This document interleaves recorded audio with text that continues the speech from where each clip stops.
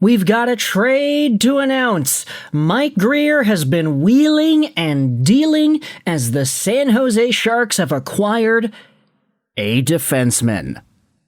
Now, Canucks fans who are tuning in to this video, or other NHL fans who have been looking at the San Jose Sharks as a potential trade destination for your defenseman, fear not, because this trade doesn't really change everything for the San Jose Sharks and their decor.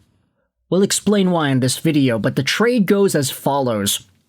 The San Jose Sharks have received defenseman Michael Kesselring and the 27th overall pick in the 2026 NHL Entry Draft in exchange for the 20th overall pick in the 2026 NHL Entry Draft. It's a Buffalo Sabres and San Jose Sharks move, and ultimately, the Sharks are acquiring Kesselring, and the price to do so was moving down 7 spots in the first round. Very creative deal. Very interesting deal. For the Buffalo Sabres, this makes sense, and then for San Jose, this makes ample sense as well. Michael Kesselring is 26 years old, 6'4", 216, a right-handed defenseman, drafted initially by Edmonton in the 6th round of the 2018 NHL Entry Draft. Kesselring spent a few years in the Edmonton system before going over to the Arizona Coyotes, where he had 21 points in 65 games in his rookie year. Not bad.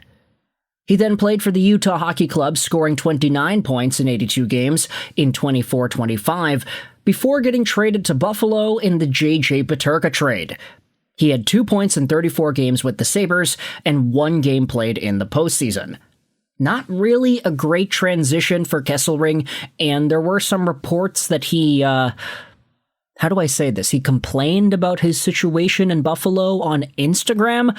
I don't know, I saw some people talking about that on Reddit. But Kesselring, if he was unsatisfied with his role in Buffalo, then it just made sense to move this guy. He doesn't have a contract, so the Sharks will have to give him money soon. Doesn't seem like they've done that just yet, but I guess we'll wait and see. If you take a look at the evaluation for Kesselring, this is a guy who, when he was playing for the Utah Hockey Club, he was actually doing some pretty good work. He was getting, let's say, 17 minutes a night. Not the most important, absolutely astonishing defenseman, but there were some periods where he was given a little bit more leeway and more of a role. Kesselring is going to be tossed into a San Jose Sharks top 4 that currently does not have many numbers at all. You look at the San Jose Sharks and their overall team, I mean, yeah, it's true. Kesselring adds an element to that blue line, but you look at some of the other names that they have signed, they've got Dmitry Orlov and Sam Dickinson. That's it. Matthias Havlid, is he an NHL defenseman? I don't know. Luca Cagnoni? You could ask the same thing about him. Desharnais, Ferraro, Klingberg, Leddy, all UFAs. Now, Kesselring, it says here, RFA, he needs a contract. Mukhamadullin, RFA, also needs a contract. If you assume these 2 guys get signed, then you still need 2 more defensemen. This is not a complete decor in the slightest, and the Buffalo Sabres, sure, they're helping out San Jose by making this deal, but San Jose still has a lot more work to do when it comes to either re-signing the guys that they had already or filling out the decor with other names. Maybe you trade the 2nd overall pick for Filip Hronek. Maybe you draft a Chase Reed. We already spoke about that earlier in today's show. Let's head over to the subreddits of either of these 2 teams to dive into just what fans are thinking about this Kesselring deal, because it seems like, for the most part, fans are pretty optimistic. Big day for the Kesselring to San Jose enthusiasts like me. I literally might die. I've been coming up with trade packages for Kesselring since February. This is way better than I imagined. They really didn't know what they had in that guy. Only dropping back 7 spots late in the first with no real aims of getting any guys there anyways. Also, we got Igor Chernyshov in the back of the first, early second area, so there's a lot of opportunity for San Jose to still get themselves a great pickup with that 27th overall pick that they received. Get Jordan Spence and our decor isn't an embarrassment next year. Geez, Mike, just out there bullying GMs. This basically confirms Stenberg with that second overall pick, unless someone comes to us with a Ricky Williams to the Saints type trade or a repeat of the Herschel Walker trade. He just turned future considerations into a year and a half of Jake Wallman, the 27th overall pick, a second-round pick, and Kesselring. Masterclass. And yes, that is true. The pick that San Jose sent over to Buffalo, the 20th overall pick, that initially belonged to the Edmonton Oilers and it was acquired in the Jake Wallman trade. So, what a great way to do business for the San Jose Sharks. I just want to make sure that's absolutely the right way to go about it. Can we take a look at that 20th overall pick? Yes, okay, here we go. It exactly was that Jake Wallman trade. What a beautiful, masterful piece of work by Mike Grier, who is, according to fans, bullying other general managers at the moment.